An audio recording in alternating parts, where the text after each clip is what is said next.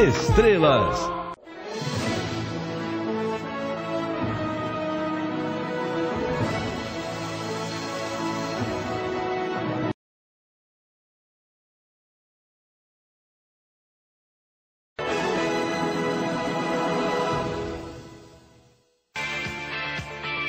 Santa Catarina em cena. Bom dia, meu amigo. Eu percorri um caminho tortuoso para encontrar você. Eu estou fazendo um documentário sobre a sua vida. Já pensei até no nome. A Impressionante Vida de Nereu Ramos. Não, esse não funciona. O Chão de Minha Terra. A Vida de Nereu Ramos. Foram dias dirigindo em estradas que pareciam não ter fim. Me perdi muitas vezes em sua história. Parecia impossível decifrar o começo, o meio e o fim da sua vida.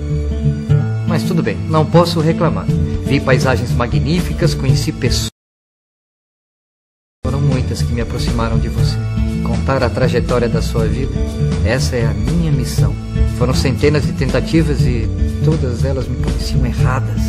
Então resolvi vir até aqui e falar pessoalmente com você para saber uma só coisa. Como? Como eu posso contar a tua história, Nereu? Como você pode ver, eu não estava brincando quando eu falei que narrar a sua história era a minha missão. A única dúvida é como fazer isso. Eu já tentei de todas as formas, mas todas me parecem sempre batidas. Eu queria fazer algo diferente, que pudesse mostrar para o público como você foi como pessoa, como político, Nereu Ramos. Por isso eu estou aqui humildemente pedindo uma luz. Me ajuda, Dr. Nereu. Me mostra um caminho que eu possa contar a sua história nesse documentário que eu vou fazer. Tio, o senhor tá louco? Como assim louco, garoto? Você sabe que estátuas não falam, né? Eu estou apenas pedindo um conselho, nada demais. Pra estátua? Pro Nereu. Quer dizer, para a estátua do doutor Nereu. Nereu. Então a estátua é Nereu. Ali, ó, garoto. Nereu Ramos. O advogado, governador, interventor, senador e presidente da República. Presidente? Isso mesmo. O único presidente da República do Brasil, nascido em Santa Catarina. Para ser mais exato, nascido aqui em Lages. O senhor deve ser louco mesmo. Imagina, um presidente lagiano. Ah, tio, essa foi boa. Olha aqui, garoto. Esse homem, Nereu Ramos, nasceu aqui em Lages no dia 3 de setembro do ano de 1888. Bom, eu vou te contar um pouco das histórias que eu ouvi nas minhas pesquisas. Lages, naquela época, era uma cidade bem pequena. A população rural era bem maior, se trabalhava muito na agricultura, de uma forma bem rudimentar. Não havia o emprego na área urbana, não havia as casas populares na área urbana. Nós tínhamos aqui a fase da madeira que começou com o Nereu Ramos, né? Depois com aquela debacle da madeira, eu achei que lá estagnou um pouco, né? E embora agora esteja evoluindo bastante, mas lá esteve mais progresso naquela fase de 50 anos atrás do que atualmente, embora a cidade fosse menor, né? Eu sempre digo que aquela beleza da Coxilha Rica, aquela largueza dos horizontes muito largos, aqui nem deve ter influenciado na formação do caráter dos Ramos. Todos eram muito dignos, honrados, longevos, muitos viviam muito.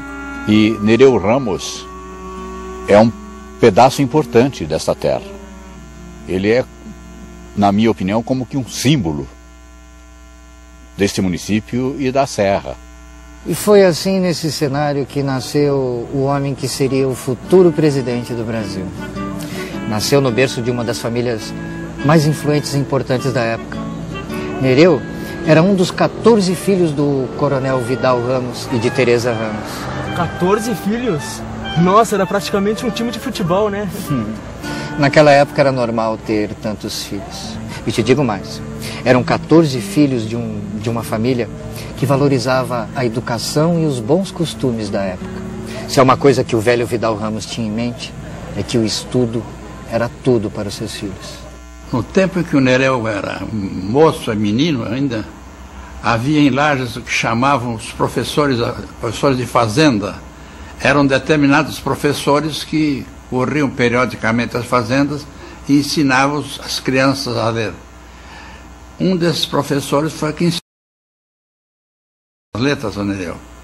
Depois ele concluiu o curso primário em Lages e o curso secundário ele foi fazer em São Leopoldo. O ginásio Conceição era dirigido por jesuítas alemães, né?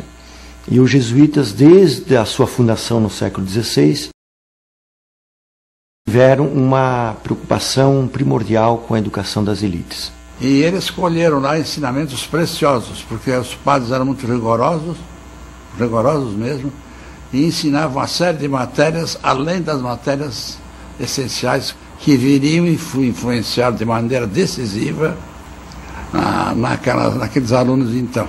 Ao estudar em São Leopoldo, ele foi colega de uma geração muito brilhante. Foi colega de Oswaldo Aranha, foi colega de Álvaro Moreira, do grande escritor. Então era uma geração muito ilustre, né? Vidal Ramos, enquanto governador do estado de Santa Catarina, no início do século XX, ele se preocupou com dois grandes projetos educativos, não é? A implantação do ginásio catarinense e implantou os grupos escolares em Santa Catarina. E essa preocupação dele na vida pública se colocou também efetivamente na vida privada, não é? Para proporcionar uma escolarização prolongada aos seus filhos. Então, esse prédio foi construído enquanto o pai de Nereu era governador do estado em 1912. Ele valorizava tanto a educação que a ideia dele era colocar grande parte das crianças de Lages para estudar aqui dentro. Imagina, era um plano audacioso, mas mostra mais ou menos o que ele tinha em mente para o estado. Tá, e o que aconteceu quando o Nereu voltou lá do Rio Grande do Sul? Bem, no colégio ele já começou as suas aspirações políticas. Daí, depois do colégio, ele escolheu uma carreira, ser advogado. E entre 1905 e 1909, ele foi estudar na Faculdade de Direito de São Paulo, a mais tradicional do país. Para você ter uma ideia, gente como Rui Barbosa, Monteiro Lobato e Castro Alves estudaram lá. E São Paulo também era uma vila naquela época? Não, garoto. São Paulo já era uma cidade grande naquela época. Era um centro comercial e cultural. E de lá, Nereu voltou como um advogado para Lages. Logo depois foi direto para Florianópolis, onde se elegeu deputado na Assembleia Legislativa de Santa Catarina. E depois virou presidente? Você tem que aprender a esperar. As coisas não acontecem assim, pá, pum. Você consegue aguardar um pouquinho, respirar, tomar uma água? Claro, tio, só estava curioso. Então tá. Vamos tomar uma água e eu já volto a falar do Nereu e do começo da sua carreira política, ok?